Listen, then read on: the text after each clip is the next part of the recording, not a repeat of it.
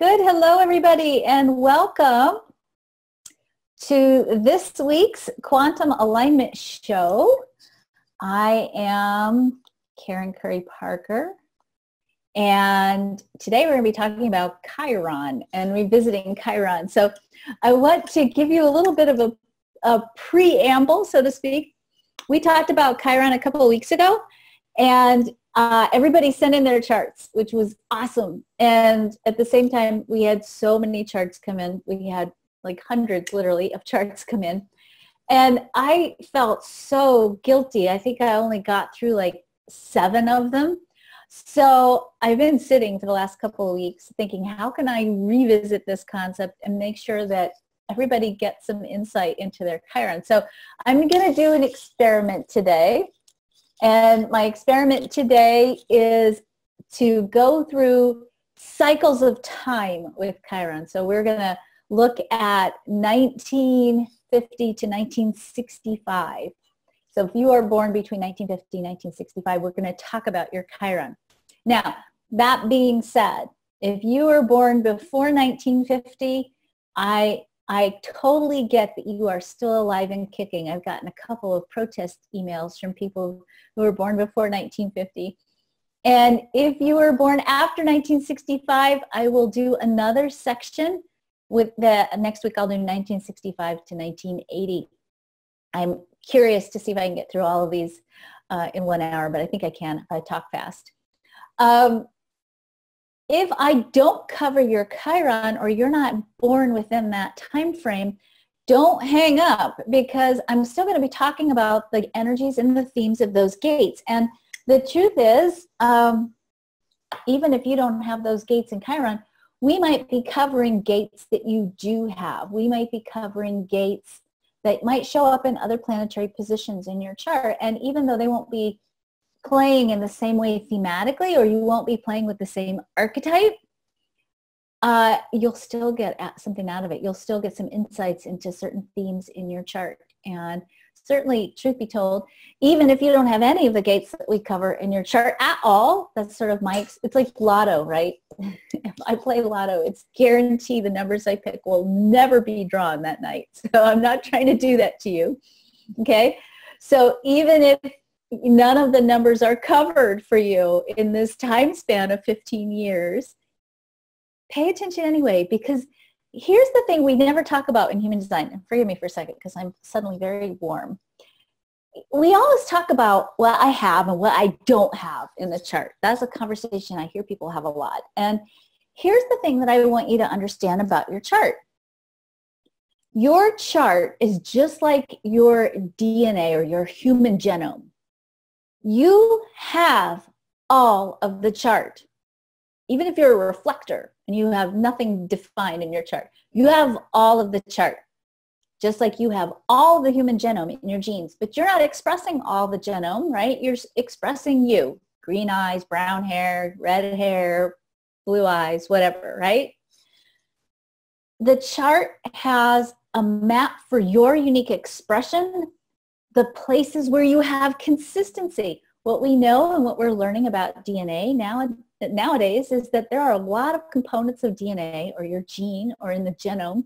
There are a lot of aspects of DNA that are regulated by epigenes and are consequently also malleable. Your genes are not necessarily your destiny. Your human design definition gives you kind of a structural framework within which you explore and experiment your human experience, your human process, right? In this incarnation, in this lifetime, the story that you're living in. But you carry all of the energy of all the chart within you. The chart is simply a Rolodex of the archetypes of what it means to be human. The places that you have colored in your chart, that's what we call definition. The things that are colored in are the parts of your chart that you have access to consistently. That's the key. Those are aspects of the chart that you have access to consistently. And you have a lot of opportunity because you'll be experiencing that energy consistently to really consciously work with that energy over the course of your lifetime to master it, to learn to live the highest expression of that part of who you are. Where you have openness or anything in the chart that's white, and that includes centers and gates and channels. anything that's white, it doesn't mean you don't have it. It means that you experience that energy thematically from the people outside of you. Those are energies you're going to get from the transits, the planets, as they move over the course of time, and also from the people in your life. So these are energies you get from your friends, your lovers, your parents, your brothers or sisters, people who you hang with. Those are energies that you are influenced by, and you take those energies in your openness and you amplify them. So consequently, you do experience all of those energies too. It's just you don't experience those energies consistently. You have variability there and even malleability there in how you experience those energies. And ultimately, when you understand that aspect of yourself, that there's fluidity and malleability there, it allows you then to have greater control and even choice over how you choose to respond to or react to or integrate or use energy from other people. So you all have all of the charts. So if you go through this and you're like, well, I don't have that one and I don't have that one, you do have it. You just might not have it defined. You have it open. And I promise you, you will experiment and experience and explore all of these archetypes, all of the 64 gates, all of the lines in the profiles, all of the lines in the gates, all of the channels, all the circuits, all the centers, all the types. To a certain degree, we experience all of them as part of our journey with being human. We just don't always live all of them consistently. So that's sort of my very brief introduction, and I think a piece that hopefully can clarify some of the aspects of the chart. Sometimes we really feel strongly like, oh, I really relate to this energy. You might not have access to it consistently. It might not be your energy per se, but it might be an energy that you know really, really well because maybe you've had a lifetime of encounters with this energy. Maybe your parents had this energy. Maybe your siblings have this energy. Maybe, you know, your lover or your husband or your wife has this energy. And it's energy that you know so well because you've experienced it so intimately in such an expansive way that even though you don't carry it, you know how it operates and you get it. And maybe you can even, some of you can smell that energy from a mile away. You might not know what it's called, but you're like, well, there's that energy again, right? So, all right, I'm going to switch the slides. Cindy is going to post for you guys in the chat and also on Facebook the link to 2 handouts. I have a handout for you guys that has all the slides on it. So if you want to later on go through and take notes as we go through this presentation, you can look at that. And I also have, it's a repeat of the homework that I gave you the last time we looked at Chiron. It's just a little worksheet that you can play with to help you kind of tell the story of your Chiron position and what it means in particular to your chart and how you can better understand the story of what Chiron is bringing to you in your chart. So I want to just start with a super speedy quick review for our Chiron Revisited, right? Chiron, which is located here on the chart. It's not, and let me just back up. It's not actually located on the chart. It's located on the numbers next to the chart. And again, just a quick reminder, some of you might not have your Chiron position because not everybody prints charts that have Chiron on it. I love Chiron. I think it's pretty significant when I look at a chart. So all the charts that we run here through Quantum Alignment System will have Chiron on them. So if your chart doesn't have a Chiron on it, we'll hopefully hit it when we go through your birth year if you're born between 1950 and 65, at least today. But if not, send us an email, Karen@joyfulmission.com. We'll make sure you get a chart that has Chiron on it. Chiron does not show up on the body graph. So it's not going to change your definition. It's not going to change your type. It's not going to change your profile. It's a thematic energy. Okay, so it's an energy that's thematic, which means it's a theme that's brought to you over and over again and that you experience over and over again over the course of your life. And it does not influence the definition in the chart. At least I don't think it does. There are a couple of people who teach that it does. I don't. The thing about Chiron, or the theme about Chiron is this. Chiron is your deepest wound. It's this wound or a place where you have vulnerability or even a consistent pattern or a habit that you struggle with and you are challenged by over the course of your lifetime. It is a wound that shows up every time you grow, every time you up-level your consciousness, yourself. It's a soft spot in the spiral of your evolution and healing. And it's almost like every time you go around a ring of growth and expansion, before you go up to the next level, you got to deal with Chiron. In fact, one of my students used to say, Chiron is, when you go, new level, same devil. Chiron is the same devil, right? It's that thing we go to therapy for and we think we're done. And then 5 years later, we're like, oh my God, I just spent all this time in therapy and here it is again. The purpose of Chiron is a maturing point in the chart. It's the challenge that when we really master it, when we really, really master it, and that doesn't usually happen until you're about 48 to 52 years of age, when it actually goes through what's called a return position in your transits. We have a Chiron return. It's actually a life cycle. And for me, when I look at charts, or I do teach my students, Chiron is what I call the maturing point in the chart. It's the true mark of what I think is middle age anymore in the charts, the modern middle age, 48 to 52. And when Chiron goes to that return cycle, we get a really big opportunity for us to really get belly up to the bar, eyeball to eyeball with ourselves in the mirror, and ask ourselves, am I willing to just be done with this issue? Am I willing to really master whatever this bugaboo has been that's been showing up for me over and over and over again my entire life? It's in the mastery of our Chiron. It's when we master the challenge of our Chiron that we then also, from our own experience and from our own healing, discover what we are here in part and parcel to share with the world. So there is a certain, not just maturing point, but when we cross the Chiron mark, not only are we masterful of ourself and the energy of our Chiron, it helps us understand more deeply what we are here to give back as part of the legacy of the story of who we are. So that's kind of the loose, quick, simple, fast, easy version of Chiron. When I look at spiritual purpose in the chart, particularly when I'm looking at what are you here to teach? And when I say teach, I'm not saying you have to go write a book and get on a stage and hit the road and start teaching it. I'm saying in your everyday actions, whether you're checking people out at the grocery store as a checkout clerk, or whether you're the mailman or woman, or whether you are teaching, when you are mastering your Chiron, you are showing people what that looks like to be in the mature expression, and your actions, your beingness, and of course what you end up saying to people will reflect the lesson that Chiron brings you to not only master for yourself, but to ultimately give back to the world by sharing your journey.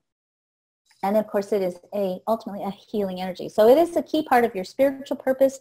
And as I said, when I look at soul purpose and spiritual purpose in the chart, I always look at Chiron because it tells me a lot about what are you here to share with the world. You can find your Chiron on your chart way down at the bottom. It's usually looks like a circle with a little K. There are two numbers, the conscious and the unconscious. The conscious is on the right, the unconscious is on the left.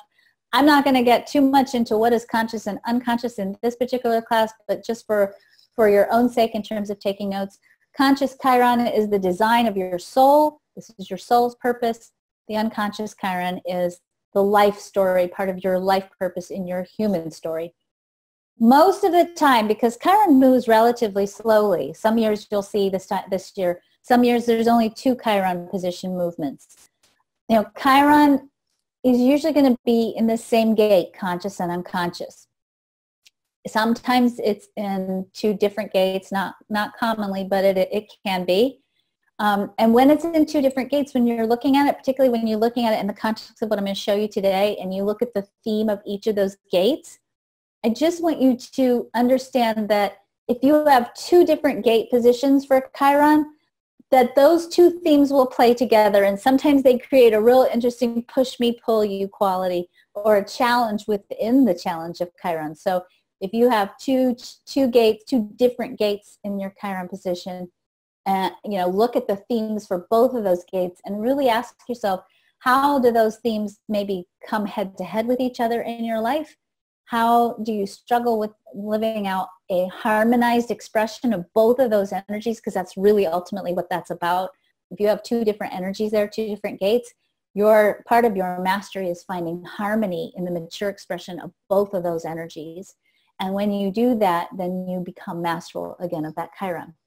Now I'm going to show you what I'm going to do next. I have taken every year and I have taken the Chiron positions that are in the year. So in the year 1950, we have the gate 5, the gate 26, and the gate 11. And I'm going to talk about each one of those gates as quickly as I can. And hopefully we can go back and review this if you need to. I did not put concrete dates here. Like I didn't say gate 5 is the Chiron's transiting gate 5 in January through March, blah, blah, blah. You don't need to know that. Your chart will tell you what gate it's in. Part of why I also didn't do that is because Chiron has a lot of forward, backward, forward, backward, forward, backward movement. So it kind of dances around all over the place. So, just go with the year and go with what's on your chart. I want to show you one other thing real quick. If you look at your unconscious Chiron, actually I want to get out of this and show you this really quickly.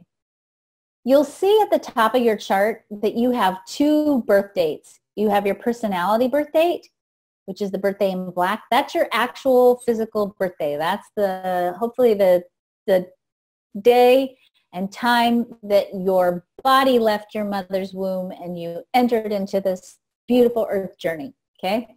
The second birthday here is what we call your unconscious birthday. This birthday is the design of your life purpose.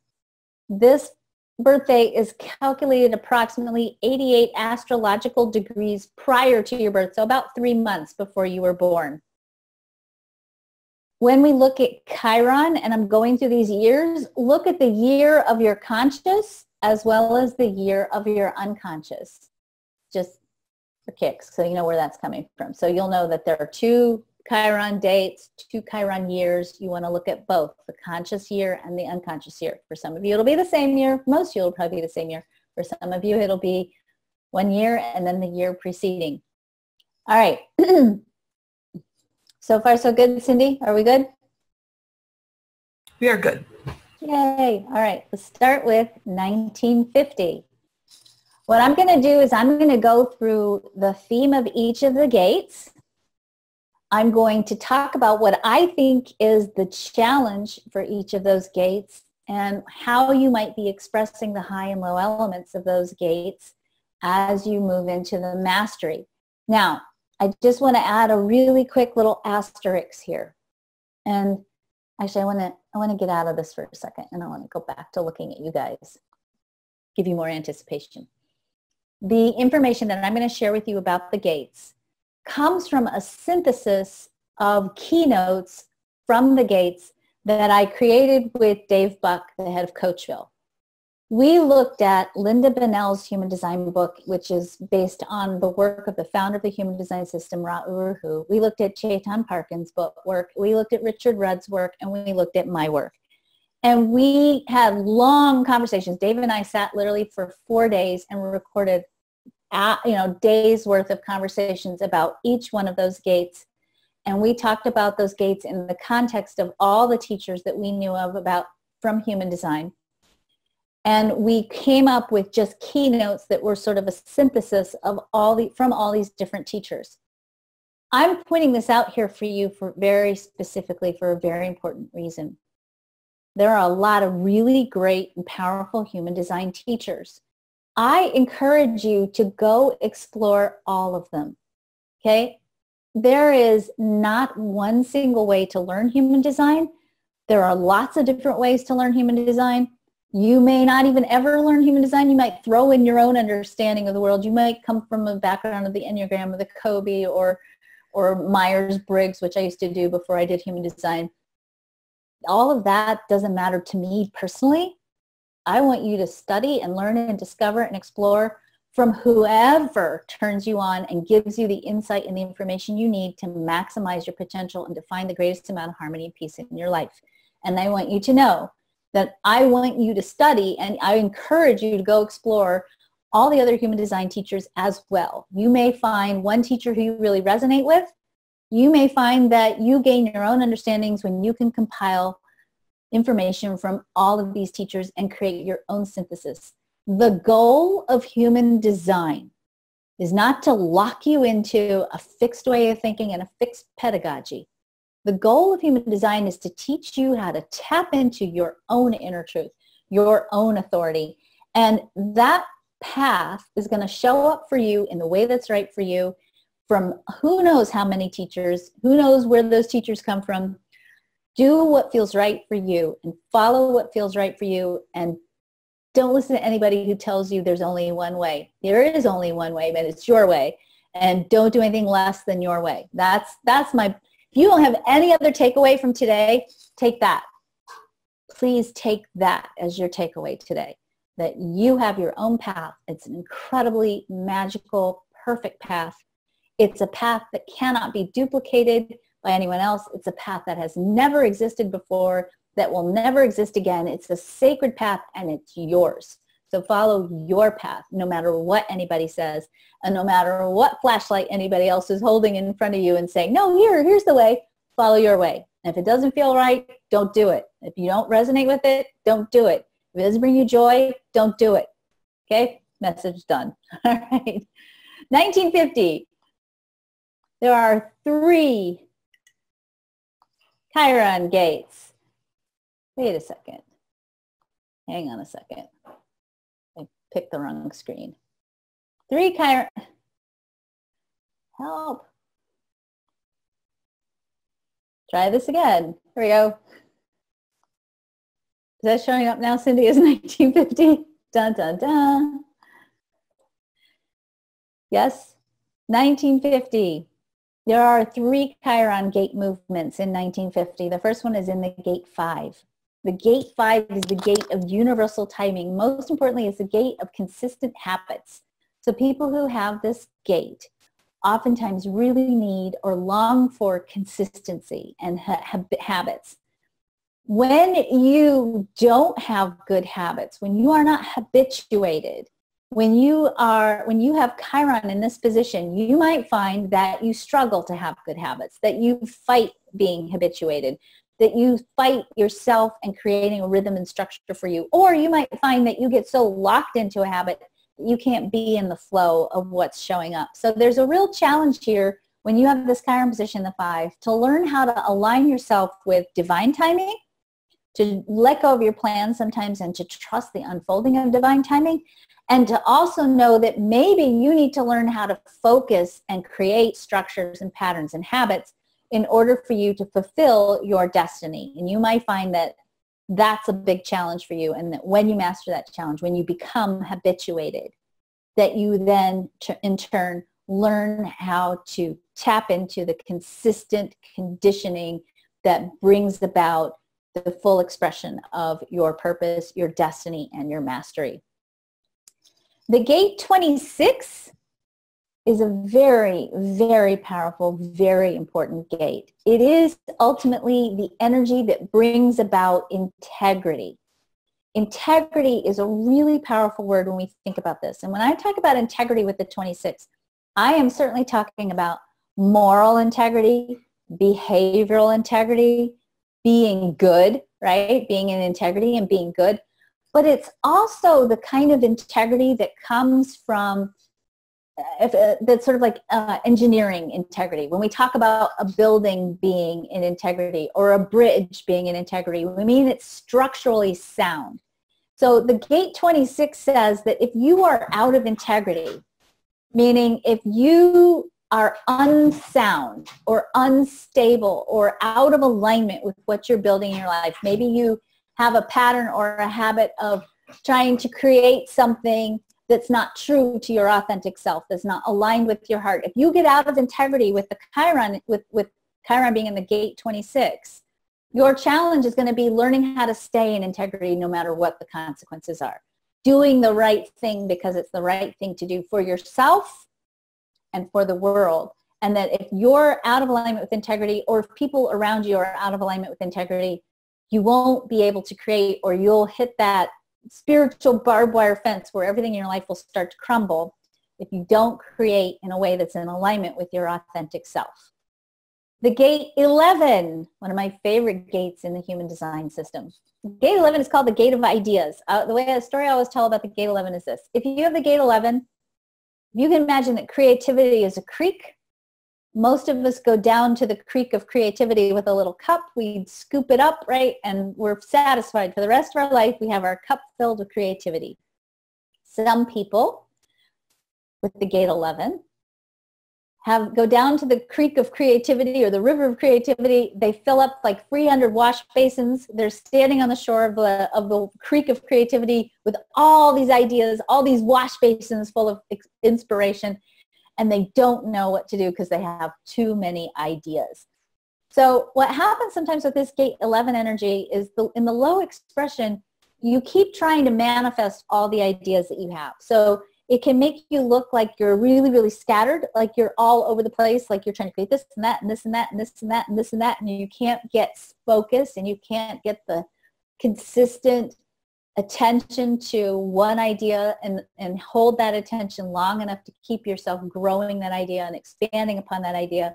So it can really leave you feeling very scattered and very unproductive. So the challenge here in the Chiron is learning how to trust that the universe or the world or your external reality, and really when you think about human design, one of the beautiful parts about human design to me is that for all types, including manifestors, you really don't have to figure life out. You don't have to sit with those ideas and go, okay, I have this idea. What am I going to do? What am I going to do? What am I going to do? What am I going to do? You don't have to do that.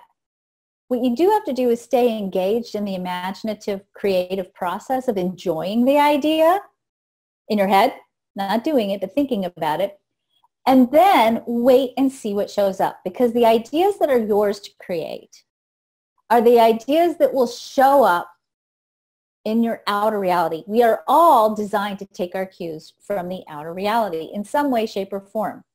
So for the manifestors, maybe not always so much about the outer reality, but there's certainly an inner sense of waiting and needing to wait for the sense of right timing. There's an inner click for the manifestor that's about, okay, the timing is right, now I can go create. For the generators and the manifesting generators, the right timing is dictated by the outer reality, and it shows up by virtue of giving you something to respond to. For the projectors, right timing is either going to be, if you're a splenic projector, about that inner sense of, okay, now's the time to do this, that intuitive sense of, it's the time to do this, or also getting an invitation or recognition. And for the reflectors, of course, right timing comes from waiting out at least one full cycle of the moon and sometimes more. So if you have this gate 11, part of what your challenge is learning how to wait. Learning how to wait to see which of these ideas is going to be the idea that pops. 1951, we have, again, the gate 11. Then we have the gate 10. The gate 10 is the gate of self-love, self-empowerment. In its low expression, it can be blaming and feeling victimized and being stuck in a story of being a victim. So it can be self-empowerment or disempowerment, blaming or accountability. So the challenge here is to learn to love yourself enough to accept yourself, warts and all, mistakes and all, to own perhaps your mistakes, to take accountability for those mistakes, and to recognize that no one can do anything to you. I mean, they can in the short run, but if you hold on to it and you don't let it go and you stay stuck in the victimhood and you don't ultimately transcend that victim story and move into something different, then you'll continue to replay that victim story over and over again. So the theme for Chiron and the 10 is about learning to become self-empowered and letting go of victim stories. The gate 58, another one of my favorite gates, is called the joy of life. People who have the gate 58 in any part of their charts, but certainly Chiron in the 58, is all about joy, the joy of life. And it's the joy of life that comes from repetition and consistent repetition and correcting and repetition and correcting. If you think about a musician, a musician engages in the process of practice and growth and expansion in their mastery of their instrument because the music gives them joy. The joy drives them to continue to make it better and better and better. When you have Chiron in the joy position, you have a tendency to either lose your joy of life, or to let go of your joy of life, or give up sometimes the things that bring you joy, and consequently get stuck in joylessness, meaning you become crispy and bitter. And your job in life, your part of your Chiron challenge is to learn how to tap into your joy and to never compromise on your joy so that you can be the full expression of joy and ultimately teach the world how to access and create its own joy. In 1952, we continue with the theme of joy in Chiron, and we move to, sort of back and forth over 1952, the gate 38, fighting for what's right. Now, it's an interesting energy here. Both of these are energies in the root center, by the way. So the gate 38 is all about knowing what's worth fighting for. But in its low expression, it can be, giving up. Oh, what's the point? Let's just surrender and give up. There's no point in fighting for anything because we're going to lose anyway. Or it can be stubborn. I'm going to fight so hard for this. I don't care if it's right or wrong. I'm not letting go until it's done. Obviously, there's a balance between these two energies of knowing what's worth fighting for and what's worth enduring to bring about the full expression of the value of life.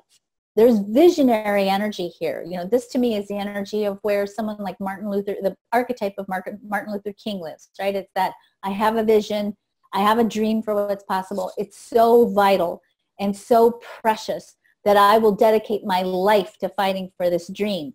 There's that aspect of this energy in the 38. And so when you have this in the Chiron position, you're always finding that balance or discovering the balance between giving up and being stubborn and learning ultimately the value of what is worth fighting for and then ultimately committing to it and bringing it forth into form. In 1953, we keep on with the 38 and we bring in the gate 54, ambition. But the gate 54 to me is also a gate, a dreaming gate. It's a gate of being a visionary. It's a gate actually where we have enlightenment and the potential for enlightenment. So the gate 54 can be enlightenment. It's about taking a divine spark or a divine idea and cultivating it, building it, and also waiting for the right timing for that idea to then be ready to be birthed into the world. So there's ambition here. It's a big idea. People who have the gate 54 never have little ideas. So in that respect, it's similar to the gate 11 that we talked about. So it's big ideas, and oftentimes it's big business ideas, big inspiration, big ambitions. And it's, again, one of these energies that if you're not waiting for the right timing, if you have a big idea and you're pushing and pushing and pushing and pushing with it, you might find that you never get the manifestation of that idea because you're not waiting for the right timing and you burn out before you get to the place where the timing is right. So the balance here with the 54 and the mastery here is learning how to serve as a steward for divine inspiration, to hold the idea, to embrace the idea, to nurture the idea, to build the foundation for the idea, and to trust and stay in that enlightened awareness that the timing for this idea will happen, and that while that timing is being lined up, while the synchrony and the harmony and all the magic that happens to make the timing correct is being set up by the universe, your job is to hold on to the idea and nurture it and love it and grow it and hold the vision for it until the timing is correct. The gate 61 is a very magical gate. This is a gate that's up in the head center. This is a gate that is all about knowing the unknowable. The question associated with this gate is the question why, right? There really is never an answer to the question why. It's kind of the unanswerable question. Why? This is a very powerful, very important energy. This is the gate of wonder. Our ability to stay in a state of wonder and awe is one of our most creative capacities. In fact, what we see is that when we can stay in a state of innocence and wonder and awe about the world and use our imagination to cultivate visions that are mind-blowingly awesome, that those visions are part of what stretches the creative edge of possibility for humanity. When we stay in the state of wonder and awe, we become more creative. And so the challenge for this Chiron position is to hold on to a state of wonder and awe, to allow the power of your imagination to be a huge aspect of your creative self and not to beat yourself up because You can imagine things and you don't know how to make them happen. You don't have to figure out how to make any of these things happen. The power of what you're here to give the world is the power of learning how to stay in a state of wonder and awe, rather than being defeated or disenchanted or even going crazy trying to figure out why. The Gate 61 continues in 1954, and then we move to the Gate 60, or we add in the theme of 1954, the Gate 60. I love the Gate 60. Actually, I love all the hexagrams, in case you didn't know that. But I really love the Gate 62. It's the Gate 60 is always, it reminds me of the cooking show Chopped. And I don't know if you've ever seen this show, but it's like they take a bunch of high-ranking chefs, right, and they give them 5 weird ingredients, like, you know, a chicken gizzard and a parsnip and a banana and a mango and, you know, I don't know, oregano. And they say, now make a masterful dish out of this. And of course, these guys have to get really innovative and create something from these very limited set of ingredients. The Gate 60 is about taking what you have in your life, even if you perceive it or feel that it's limited. Taking what you have in your life, what works, what's available to you, and innovating with it, being resourceful with what you have. So the challenge with Chiron in the 60 position is learning to A, appreciate and be grateful for what you have, and B, learning to use what you have available to you in an innovative and resourceful way. Of course, it can get defeated or feel defeated, or you can feel exhausted or even undisciplined or wasteful or even ungrateful if you have this energy. So the lesson here is learning to appreciate and love what you have and build from what's available to you, and not get frustrated because you think you don't have X, Y, and Z. In 1955, we have the Gate 60 and also the Gate 41. The human design year actually starts in January on the Gate 41, which is the gate of imagination. This is the place where we look at what's around us in life, a very, very creative energy, just like the 60, right? We look at what's around us in life and we see what's available to us and we say, what else is possible? How can I expand on these experiences, these ideas, these concepts? How can I grow what has come before? What fantasies, what alchemical visions can I hold for what else is possible? So the 41 can be very dreamy. It is literally, I call it the daydreaming gates. When you see this energy in kids, these are the kids that are always looking out the window at school, right? There's daydreaming here. And of course, societally, and culturally, we tend to kind of mix daydreaming, right? Oh, that's a dreamy person. That's, don't be a dreamer. You got to be realistic. The 41 is not about being realistic. It's about being on the leading edge of creating by holding a vision for what else is possible. So again, the trick for the 41 is to hold a dream, hold a vision, right? And to also wait, because there's waiting in all these energies, wait until the timing is right, till the emotional frequency, the vibrational frequency of possibility is aligned. So that means holding that vision until the timing is right. We see a theme here, all these themes down here in that last few years, right? Waiting, holding a vision, being immensely creative and expressing that creativity, and also waiting for right timing to bring that creativity, that creative thought, that vision into form. By the way, the 41 is often a marker in a chart for somebody who is a writer, particularly if you also have the Gate 1. So those of you who have the Gate 41, write, create. You need to move that creative energy in the form. But don't get married to the form. Be creative for the sake of being creative. And then see what shows up in response to that creative initiation. 1956, again, we have the Gate 41. Cindy, I see that the chat is flashing. Is there anything I need to pay attention to? Gavin was just asking if there's time, but what I mentioned is that this class you're going through the gates by a year, and we have to just kind of listen for the Chiron. Okay, cool. What gate the Chiron is activating at the time. We'll get there. I'm going as fast as I can. We'll see what we have left at the end. So 1956 has the Gate 41 again. continuation, and then we bring in the 19. The gate 19, first of all, is an energy that connects us with the animal kingdom, particularly mammals. So those of you who have this energy, you may find that you're deeply connected to animals and nature, and you're highly intuitive when it comes to animals. But this is also the energy for intimacy, and it is an incredibly sensitive energy. People who have this energy or play with this energy anywhere in their chart are always extra sensitive. And the sensitivity is often around sensing or knowing when the emotional environment changes, and knowing based on the nature of how the emotional environment changes, what they need to do to continue to create intimacy.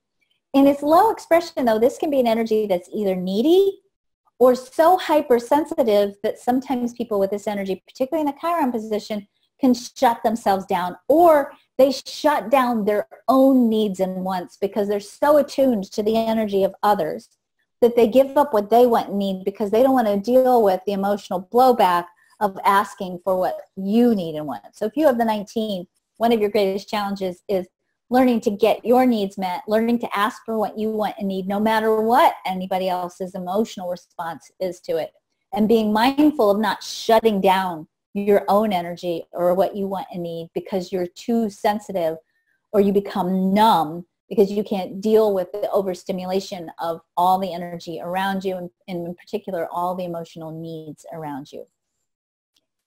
In 1957, we see the 19 continues into 1957, and we bring in the gate 13. The gate 13 is a really weird energy. If you have this anywhere in your chart, and it comes off the top right-hand side of the G center, you are a listener. And what that basically means is that people, even people you don't know, even people at the grocery store you don't know, people will tell you everything.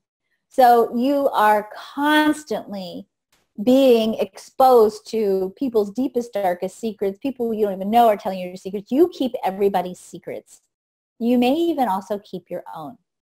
The gate 13 has two main tasks. Number one, it's the keeper of the secrets, or it's the listener. It holds the secrets. And number two, from the stories that it hears, it crafts new stories of possibility.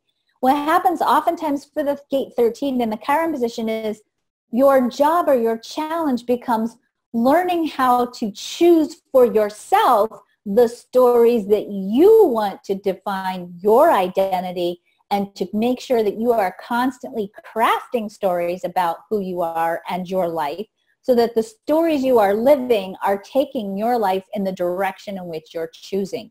That means oftentimes you might have to have extra doses of challenges around things like forgiveness. You may need to learn how to let go of the past in order for you to craft your own story and to create for yourself stories that take your life and your direction in life and your contribution to life in the way in which you choose, not in the way in which you allow others to choose for you.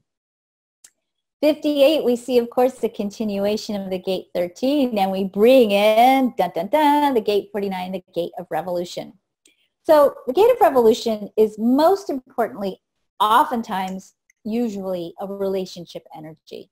It connects actually to the 19, so it's the channel of love and marriage. It's intimacy, really, it's the power, the capacity for emotional intimacy. In a relationship or in life, if you have the gate 49, you're the one that's holding the values in the relationship. You have rules. And in your relationship, those rules that you hold have to be followed. And if you don't follow those rules, or if the rules in the relationship are broken, the 49 is the one that says, okay, that's it, I'm done. They'll create a revolution in the relationship. And that means, they're done. And if you have the gate 49 and you're done in a relationship, when you're done, you're usually done. Like there's nothing anybody's going to do to bring you back into the game because you're done, right?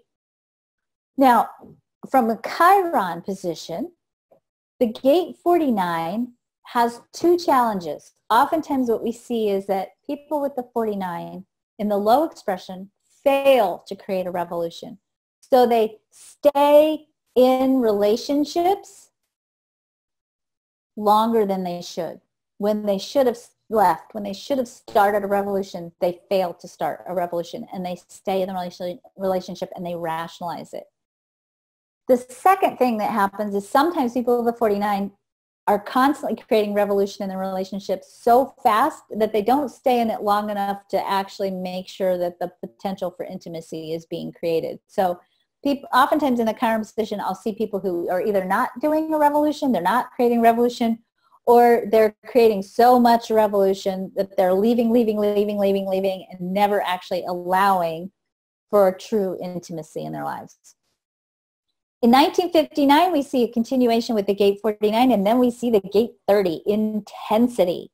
The gate 30 is the fire, the clinging fire that burns underneath a vision or a possibility or a dream. And it's that creative fire that holds that dream on simmer, right? And it keeps that dream simmering and alive until the timing is right for that dream to be brought forth into form. So it's the fire that keeps the passion going, keeps the vision going. Now, people who carry this energy always have the theme of intensity in their lives. In fact, if I see the gate 30 in any position in your chart, that I always know that no one has ever said to you, oh my God, you're so mellow. You are not mellow if you have this energy in your chart. You are intense. Now, it is literally called in the traditional Qing, the clinging fire, okay? There is a theme with this 30 of burnout. And oftentimes when we see Chiron in the 30 position, there is a lifelong struggle with the theme of burnout. And that burnout often comes from not holding the fire long enough for the dream to become manifest, so not being patient. Or it comes from holding on to the dream with such intensity for such a protracted period of time that sometimes we miss the cues that maybe it's time to shift gears a little bit or to adapt the vision a little bit.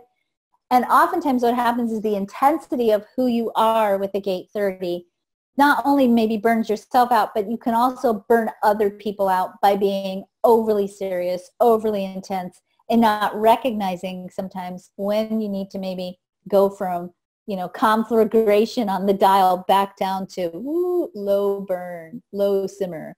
So learning how to modulate and manage your intensity and recognizing that, you know, when you have this 30 in your chart, when your soul decided, hey, I'm going to go incarnate, you maybe brought a little extra with you more than everybody else. And so you maybe have a lifetime story of people telling you, tone it down, simmer it down, bring it down.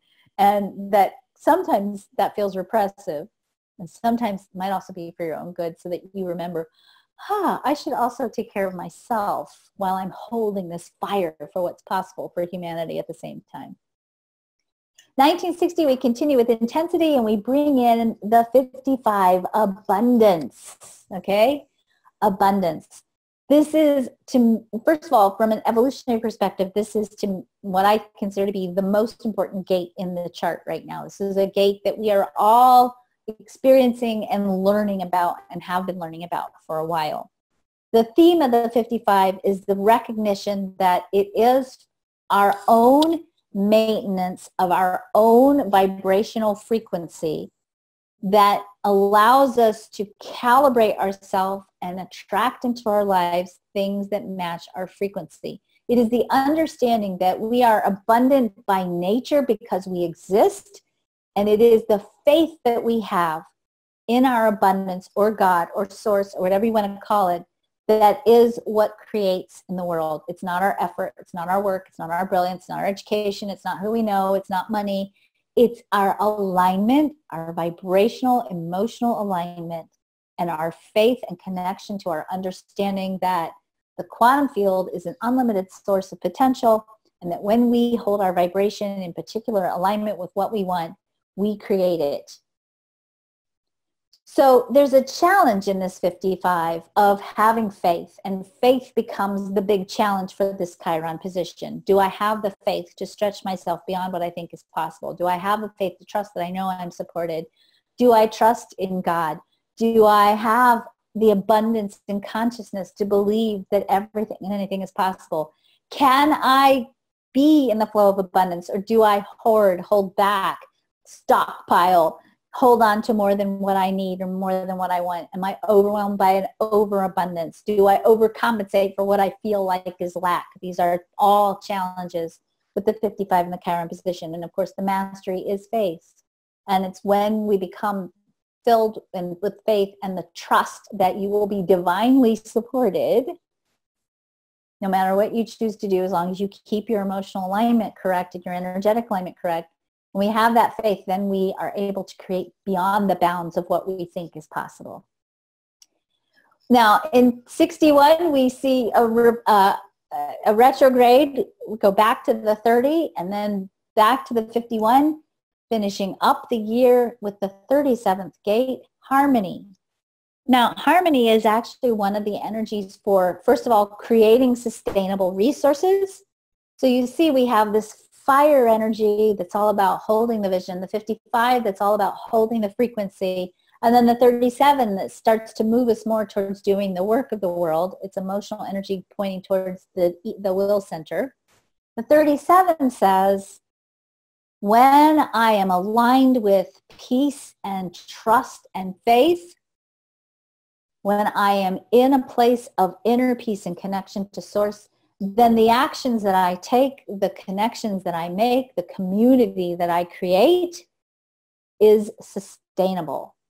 And not only sustainable, but peaceful. So there's a theme with this 37 of inner peace. And ultimately from inner peace, creating peacefully.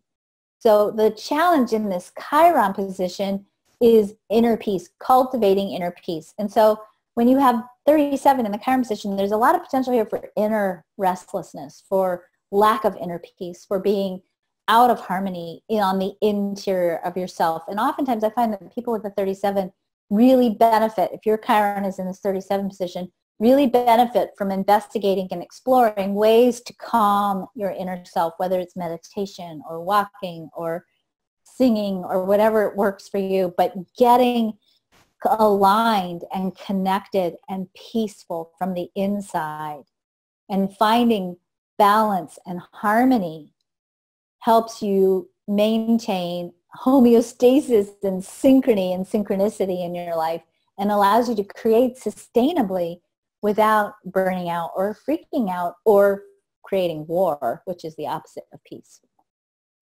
In 1962, we have the 55, again, a retrograde and a continuation with the 37. In 1963, we have the 37 again, and we bring in also the gate 63. Now, the gate 63 is the initiating gate in what's called the logical circuit in human design. The logic circuit in human design duplicates gate by gate the steps in the scientific methodology or the scientific process. The gate 63 is the very beginning of the scientific inquiry, and it says, do I believe this is true? Can this be true? Can I prove that this is true? So the purpose of the 63 is to engage in creative questionings. You know, what are the possibilities? What would happen if? What could we do with this? What, you know, it's questioning, and it's questioning that ultimately can be very, very creative. You know, if I do this, is this true? If I do this, will it produce consistent results? If I do this, will I change the world? So there's questioning here. There's also self-doubt here. Do I have what it takes? Am I capable of doing this? Am I going to be able to make this happen? So the low expression of Chiron in the 63 is always going to be self-doubt. Doubting yourself, doubting your own capacity, doubting your own thoughts, doubting your own abilities.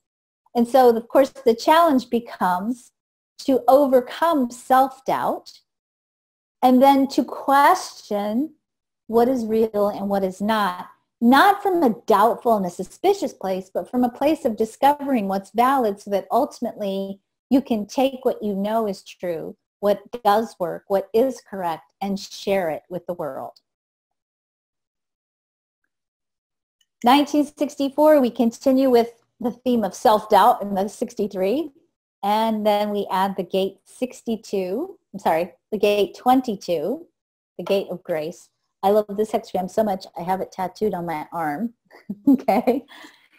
The 22nd is grace, and it is, again, a very abundance-oriented energy. Grace says, When I surrender, when I let go, when I wait with a state of grace, in the state of grace, then I receive all of the resources I need in order for me to be able to do what I need to do to make the world a better place.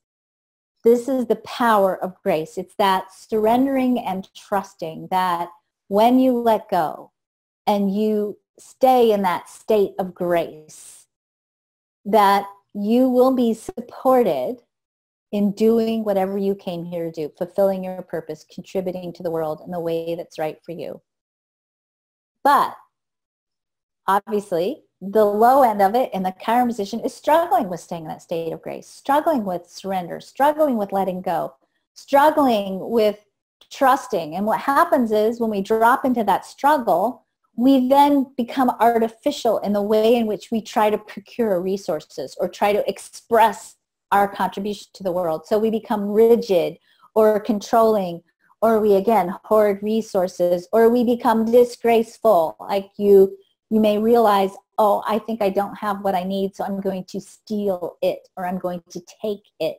So there is a potential here for a little bit of moral ooh in here if you're not careful. But again, the challenge here, and there are a lot of gates in the design chart that have this theme in various ways. But the challenge here is learning to let go and let God, or to trust and let go and know that when you surrender and stay in a state of grace, that when the timing is right, you'll get everything you need to do what you came here to do.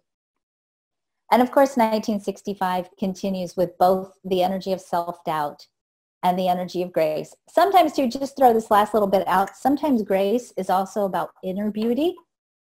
And so sometimes if you have Chiron in the 22 position, the inner grace, or grace, it's about inner beauty and owning your own beauty as part of grace.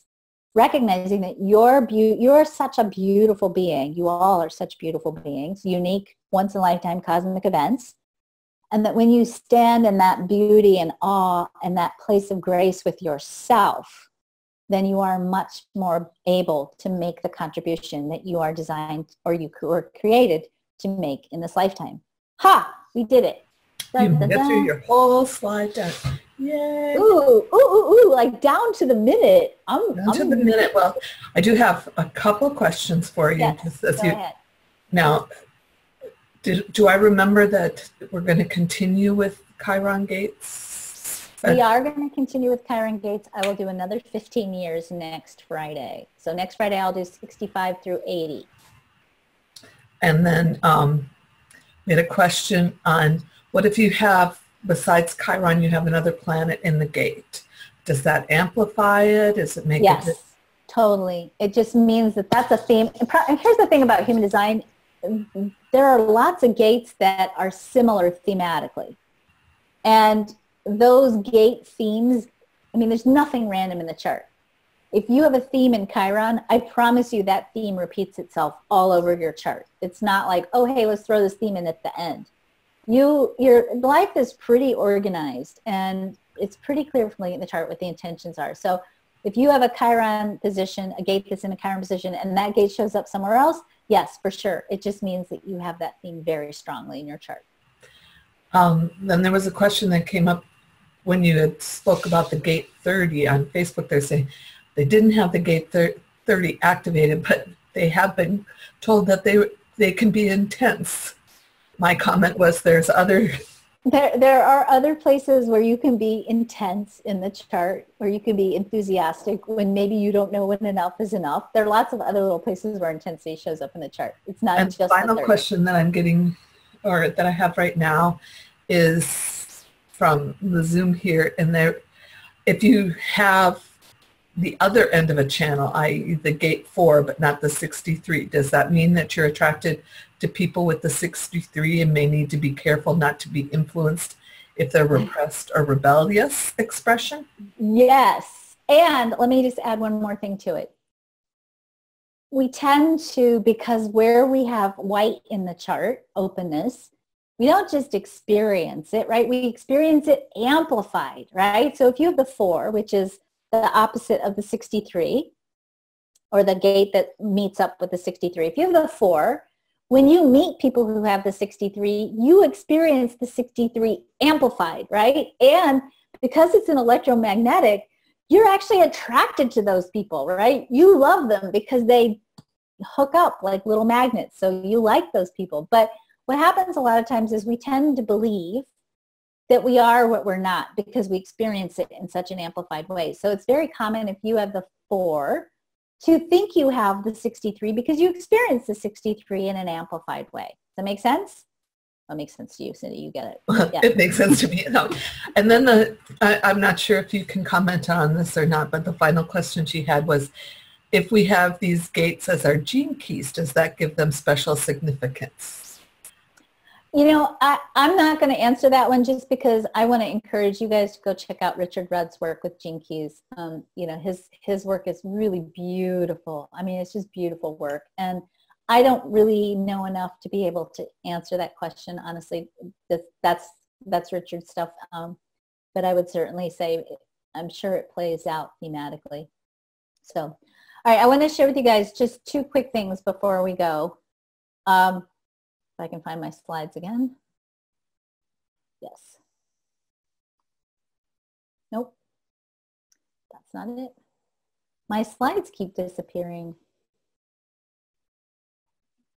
Well, that darn Mercury is still It is like playing with me. And while you're finding it, if you can go to, there was a question from Anne to get a chart that just shows Chiron. If you go to understandinghumandesign.com, there is a form on there that you can fill out because all the charts from from Quantum Alignment System or Understanding Human Design, we run with Chiron on the bottom. Yeah, so yeah, either go to understandinghumandesign.com or you can even send us an email, Karen, Karen, @joyfulmission.com, and Cindy will put it in the link again. I just wanted to end with this. If you are curious about the gates and you don't know where to go to find information about the gates, you can go to Amazon, get my Understanding Human Design book. I do go through all of the gates in that book, and I don't just go through the gates. I explain each of the gates, and then at the end, I have a series of questions for each gate that are sort of exploratory, inquiring questions that give you some ideas of what you need to be thinking about or contemplating or playing with as you explore the gates in your chart, particularly your Chiron gates. And I just wanted to end with this. Last week I taught a quantum creativity workshop, and I talked about a lot of the information that comes from my Inside the Body of God book.